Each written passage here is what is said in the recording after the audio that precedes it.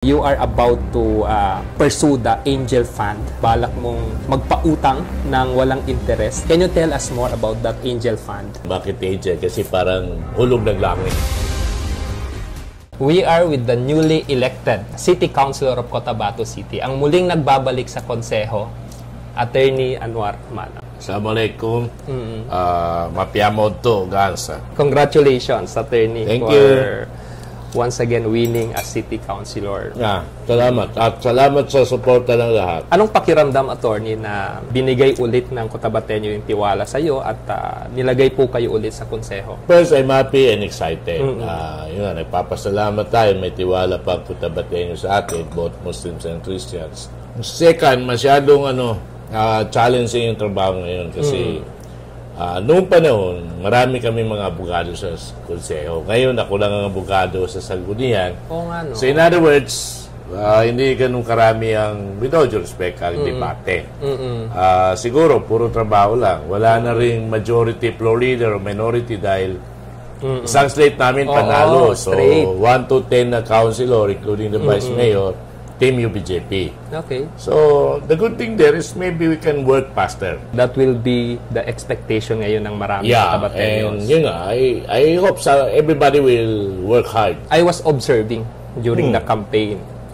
And I think sa lineup niyo po, no, sa UBJP, parang ikaw yung pinaka-chill during the campaign. Alam mo yung nababasa ko sa'yo na parang Nothing to lose. Yun! That's the term. Nothing to lose. Ba't po ganun yung estilo nyo? Hindi, kasi ako, unang-una, masarap magkandidato nang hindi ka takot na matalo. Yun. Sabi ko nga, nothing to lose. In the first place kasi, sumali lang ako sa pagkandidato just to serve. Nung kausapin ako nung may mga advisor na kumausap na sumali daw sa city, para makatulong sa city. And second, kinausap ako ni Mayor, sabi niya tumulong ka sa city. So sabi ko, sige, sasali ako. So hindi ako ganun na baka matalo ako. Hindi ako kinakabahan. And of course, I have the track record. Yes. With all modesty, sa city naging 3-term councilor ako. And I work in the different parts of the government, judiciary, executive, and legislative. So, I've also had the highest position sa executive secretary. So, yun yung dahilan, kaya chill lang ako. And given that, Attorney, how will you describe the voters ngayon sa Cotabato? Tingin ko mas naging matalino ngayon at naging mas matyaga. Although, meron pa rin yung mga tao which is not so good ba na yung magpunta sa'yo, paghingi ng kung ano-anong pabor. Kasi nga, marami doon silang butante, may listahan siya. Which I don't, hindi ko in-entertain ng yung gano'n. Kasi I don't like na yung bubutoyin mo ako dahil sa binigay ko sa iyo. Ang gusto ko, bubutoyin mo ako dahil you trusted me. And dahil may magagawa ko para sa iyo, para sa inyo. And I tell you, kung ang butante ay hindi umaasa sa bigay ng kandidato, that's the time na we can expect na yung mga kandidato natin ay talagang trabaho lang. Kasi the moment na kumbaga pa nagkaroon kayo ng kasunduan na ganito gano'n ng usapan, what do you expect pag nakaupo yan? Diba? Bayad ka na Ang sabi ko nga, sa politika kasi dalawang klase ang expenses. Unang expenses yung regular expenses. Magpagawa ka ng t-shirt, tarpaulin, leaflets. Yun, regular yan. Kumbaga, pa-part yan ng buhay mo as a candidate.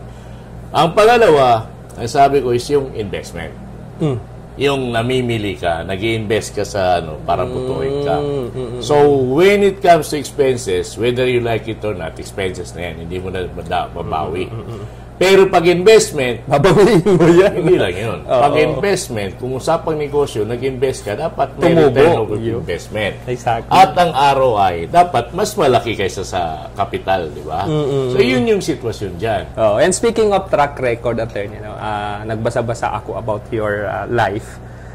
Talagang grabe yung you've worn many hats, as executive you are executive secretary of the former ARMM, naging secretary kayo ng DILG, secretary ng DTI, as lawyer, 'di ba? Human rights lawyer pa ako. Oo, advocate, civil society works, ano pa. And you are known entrepreneur, no? Successful entrepreneur.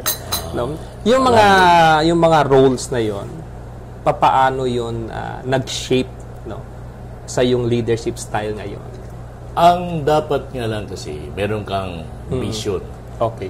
So, unang-una may vision ka. Ano bang gusto mo marating? Kaya ba yan? Ang sabi ko nga, to dream all that we can, we must dream of being more. To achieve all that is possible, we must do the impossible. Okay. So, wala namang imposible. Ang importante lang, you have that faith. May paniniwala ka sa Diyos, may paniniwala ka sa sarili mo, kaya mong gawin kung ano ang dapat gawin. At visionary ka. Ito yung gusto ko marating. Sa tao nga dapat tinatanong, what do you expect na mangyayari sa iyo pag after 3 years from now? Una, focus ka muna doon. And kung saan ka man malagay na trabaho, kaya gusto mo, ayaw mo yung trabaho, dapat ibuhos mo yung galing mo. Kasi yun din ang mag-promote sa iyo yung galing mo. And kumbaga pa, natututo ka kung minubuhos mo yung galing mo. Pero yung bang nagtatrabaho ka na pipilitan ka lang, hindi mo rin gusto yung trabaho, then wala mangyayari sa buhay mo. Ang sabi ko, ang sa aming nagturo is, sa isang opisina, halimbawa, every 3 years, i-assess mo. May promotion ka ba? Wala. Okay. O wala, ibig sabihin, stagnant yung buhay mo. Jump off. Maghanap ka ng ibang trabaho. Baka mas ka doon. Okay. Baka hindi yun ang direction mo. Hindi yun yung opisina na para sa'yo. At yung ang pasalamat ko, ako, naikot ko, sabi ko, judiciary, dahil lawyer ako, executive, marami ako naging trabaho na mataas din, and legislative, naging 9 years ako ng counselor.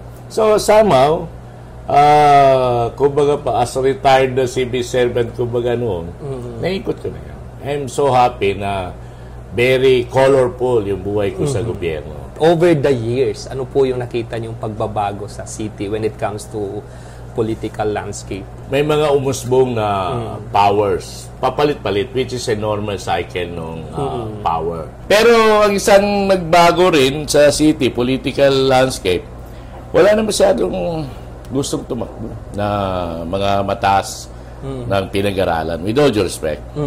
Like lawyer, ako lang yata ang tumakbo. At saka si Bobby Katamba. Although, hindi siya sinwerte.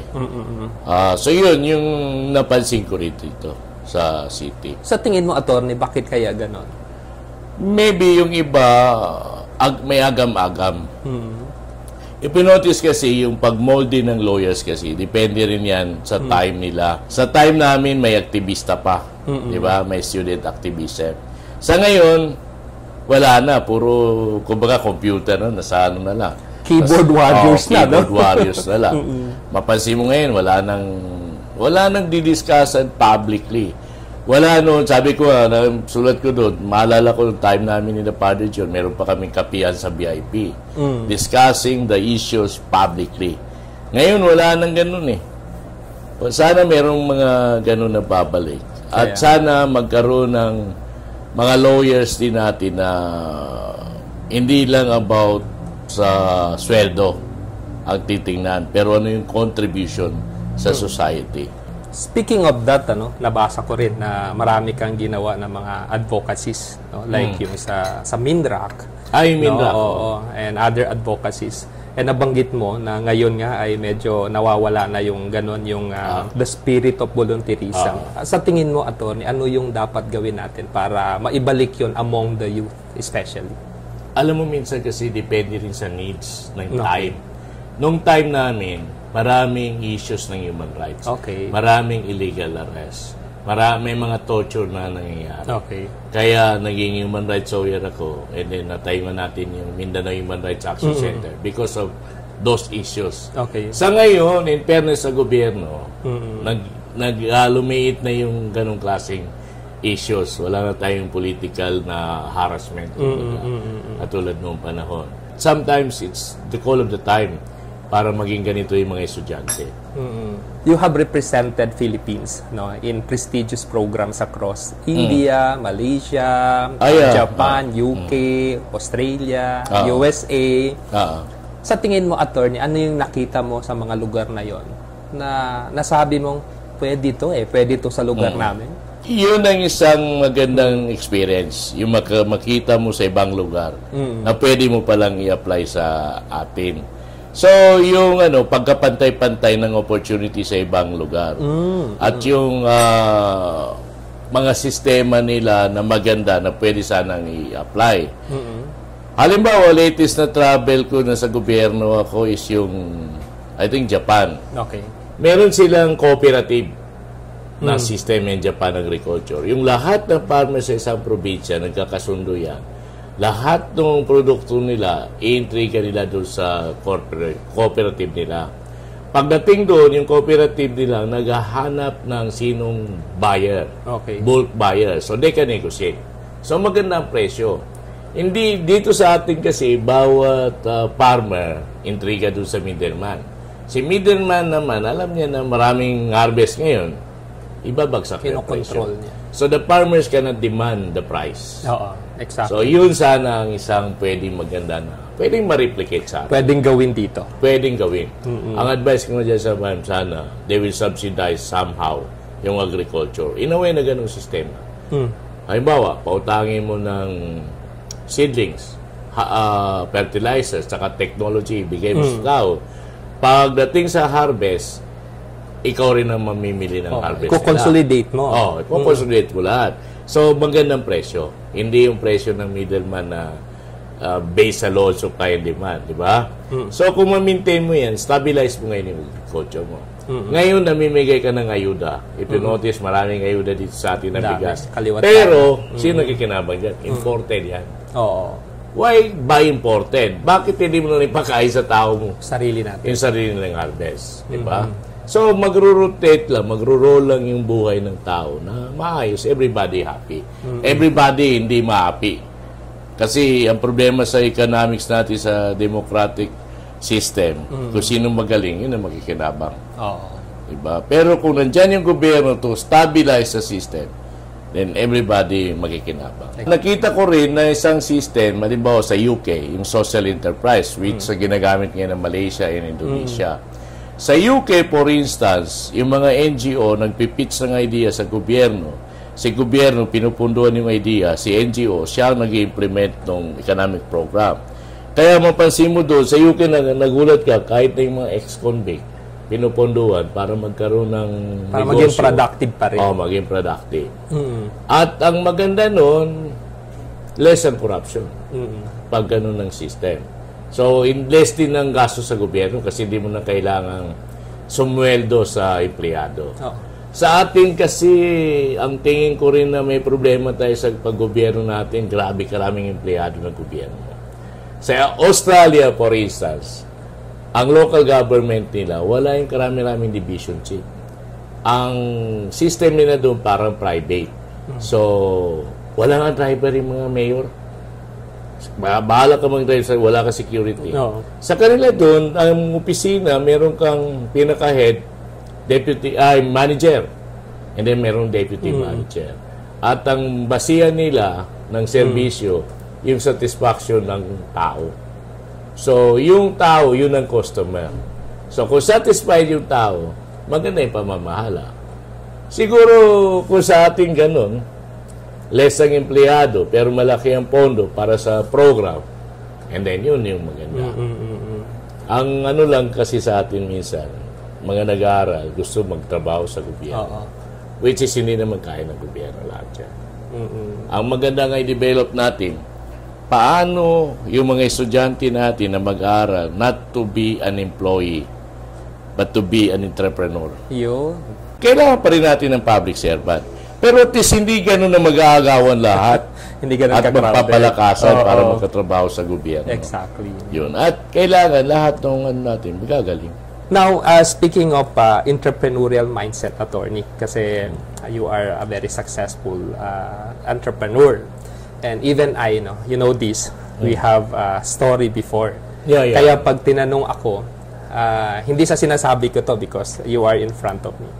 But if I will be asked, kung sino yung isa sa pinaka ina-admire kong tao sa Cotabato City, I would say your name. Thank you. Oo, kasi during those days, no, I was very young that time.